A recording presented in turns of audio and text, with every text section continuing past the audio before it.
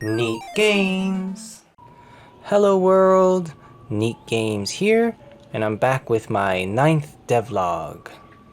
So if you're new to my channel, I make indie games and play indie games. And this week's devlog is a bit different because I decided to join the Game Maker's Toolkit Game Jam. And I could be wrong, but I think this might have become the largest jam on itch.io ever. 18,000 people joined, and then 5,474 games were made, which is cray-cray, but super cool. If you guys don't know Game Maker's Toolkit, he's an awesome YouTuber who talks about game theory and game design. Very interesting channel, check him out.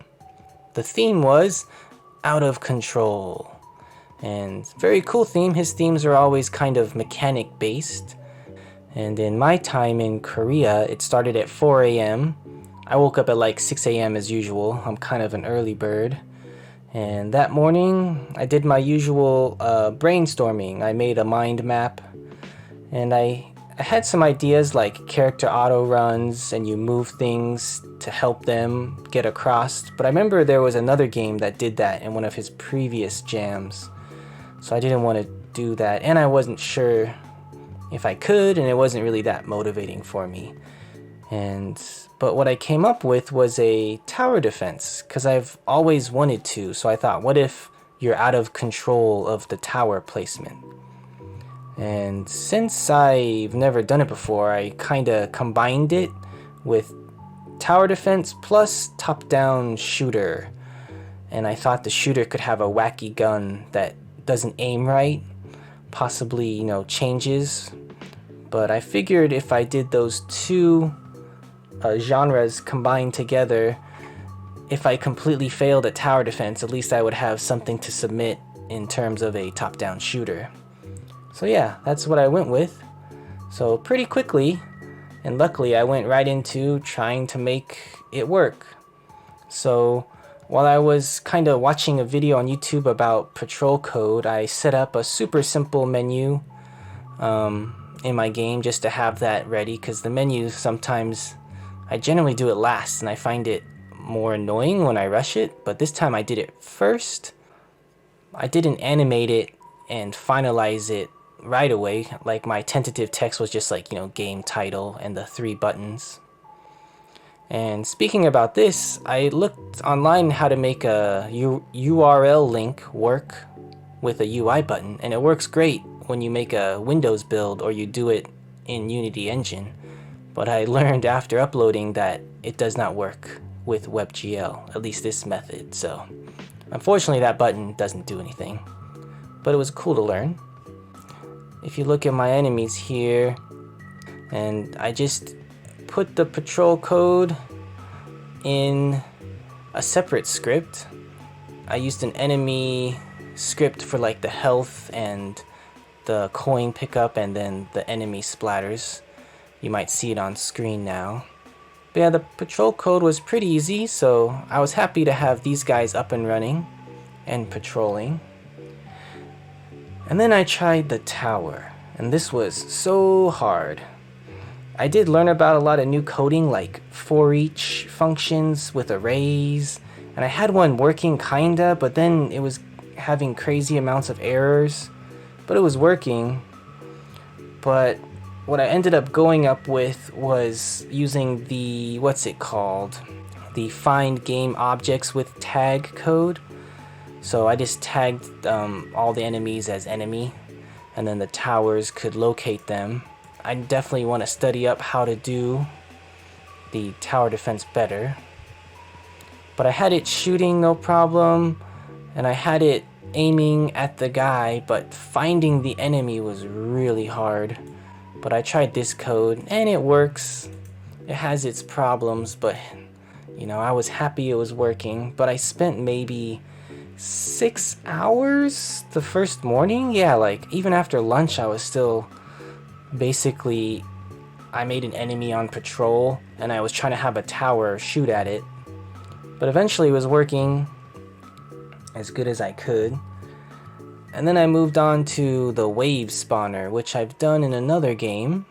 You can add as many waves as you want, but after this I realized, after they were spawning, how do you get them to follow the patrol points? So originally, like, they would spawn here and then they would just stop, and then I messed around with the code and they would go like straight to the end, which I ended up using for the flying enemies. And I was looking online how to do it, and I saw a couple of different methods, but I just couldn't understand quite how to make it work. So what I ended up doing, it was actually my own idea, and it's probably a terrible idea, but hey, it worked. What I did was I made these patrol points prefabs. So each patrol point has the, location on the map. This is a terrible method for if you wanted to do multiple levels. And I gave them the prefab patrol points. So now when they spawn, they go to the next one. So it works really well just for this one level. So I guess it was kind of like a prefabception, but I'm not sure. And then I made a simple UI and the planet with a health and a health bar. So if you can see in the footage now, I have the health bar. That was quite easy. I basically just gave the planet, the normal health script I would give a player. And I made a little cool destroyed planet animation towards the end. In the beginning, the game was just simple shapes because I wanted to get the main tower defense game loop going. And then I was pretty happy with how it was going, and then I did the player ship, which was, just a simple top-down controller, nothing fancy. I planned on giving him like multiple guns, but I knew I had to cut scope. Basically right now the player just is a little flying triangle. I was gonna have a drone companion too you could pick up and he would follow, which I didn't get to implement, but in the future I think I will. But all I did for this guy was I made his little gun wave around with the shot point transform, so as this is animating, the bullets fly off in funny directions, so that's his out of control aspect. And then I made the coins to collect, and I was surprised how quickly I got that working. The collect 5 coins, you're able to make a tower. I was kind of proud of myself for that. And I think by then it was maybe 10 p.m. that Saturday night, and I was like, hey man, that was a good day. I'm gonna sleep early and wake up early. So I got a nice sleep. I woke up at 5:30, I think, because my cat decided she was hungry. But yeah, I was up at 5:30 again the next day. And I wanted to polish and balance, so I had a minimal viable product, the MVP. So I added a few more enemies just to make variety. I think I just added 2 at that point. So I had 3 enemies at that point. I had the normal one, the fast one, and the spongy one. He's like a bullet sponge. So, maybe that's the trifecta of a base tower defense game. So I had 2 towers, like a quick shooting one and a slow shooting one. And they were working so-so with my janky code. So then I decided to make simple spinning towers. And still in this tower, you can see this was the original player ship. Just a simple triangle. And then I just flipped them. So both of these, this is like a spinning tower. I just made a little rotate Z-axis. And they just constantly shoots. This one's weaker bullets. I made 4 different bullets. Weaker, faster bullets. Slower, stronger bullets. So I had 4 towers. So at this point, I think I made the planet. I made this cool animated black hole. And at this point, I wanted to add the game juice. And this is a cool effect I did. If you give the particle system a negative number, that's how you get these particles to go in instead of shooting out. So if you guys like this kind of sucking in effect, yeah, start speed -5. So that's how these guys go in, and I just made the shape big, because normally the shape is small and the particles go out, but if you make the shape big, and negative number they suck in. And then I did the tile map, made the little stalactites on the bottom, so it looked a little bit cooler, and I liked the color choice I had. The color theme, this color versus its complementary color, which ended up being kind of an orangish shade. I forget which one of these is exactly its complementary color, but you know, basically the theme is kind of purplish versus orangish. And at this point I made the little enemy sprites with the animation. They walk, simple little guy, and then I made the eye a prefab. So I just made him look around. Let's see what happened next. Oh yes, and then I uploaded my game to itch as I normally do, and I think this was about 8 p.m. ish, because I knew that there'd be some problems, because I've done many browser games, and yep, there was a problem. And the problem was the UI wasn't set to scale with screen size, just on the level. Like the menu was fine. Yeah, this wasn't set. That made it so when you played in WebGL, the health bar was there, but the health text was gone, and then the coins were gone, so a lot of the UI elements were just not there. And luckily I played through the whole level, I played through the whole game on the WebGL, because at the end, because of this problem, I had an animation where the score grew big. I'll show it on the screen now. The score grows big, so you can see your final score really well before it leaves to the main menu. And that was completely in the wrong spot too, so I think I had to re-upload it 3 or 4 times. And by then it was like 9:30. But yeah, it was done, it was up, it was ready.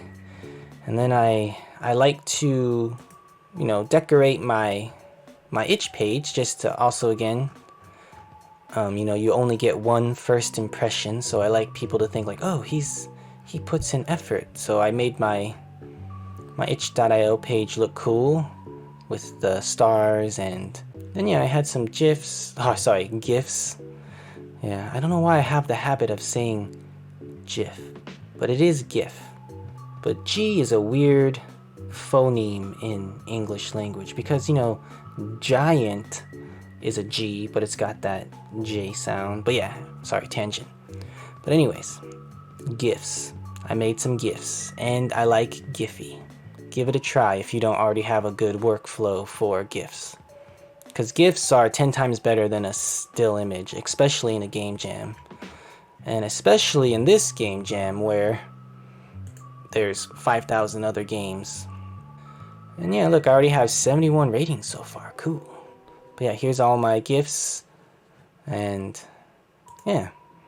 And then on Monday, I didn't work on this devlog because I wanted to play some games. Because now it's Tuesday, I'm going to hopefully not spend too much time on this. But I'm already kind of rambling. Sorry. But yes, I just wanted to tell you guys my jam experience. But look, I rated 87 games so far, which is really cool. And I think because I commented and rated on 87 games, that's why I have 71 ratings. A lot of people don't understand that. I've said that in my Game Jam tip video. If you want people to play, rate, and comment your game, you have to play, rate, and comment other games. And that's how you always get lots of ratings in game jams, because that's my personal goal. I don't want to be first place. I want to, you know, get lots of feedback, get lots of plays. And people like to, you know, spam the Discord, but I think this doesn't work. It really doesn't work, because there's so many, and no one's going through here checking these. Everyone's obsessed with their own game. But yeah, because I commented and rated on 87 games, I think that's why I have 71 ratings, because those people, you know, commented or saw my comment and went to my game. Because when you comment on their game, it shows your link underneath. So yeah. So let me know your guys' experience in the Game Jam, and I'm really happy that I completed my goal of making a so-so tower defense game. And I'll get back to work on my 2D platformer. I have 2 new zones ideas. I really just need to finish it. And then I think my next project will basically be this game, because I really like the idea of a top-down shooter mixed with tower defense. But I definitely gotta study how to do tower defense code better. So yeah, please check out my Terraria playthrough, my Stardew Valley playthrough, my Neversong playthrough. I'll have some more coming soon. I really like doing playthroughs of games, because I haven't played games in a long time, so it helps me know what makes a good game by personally playing.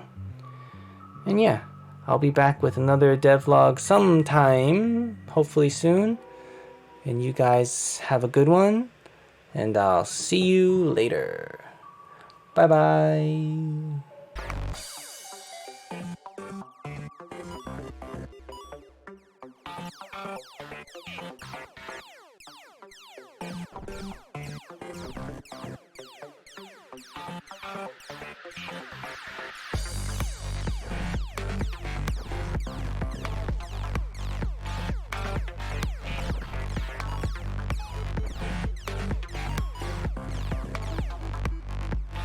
Neat game.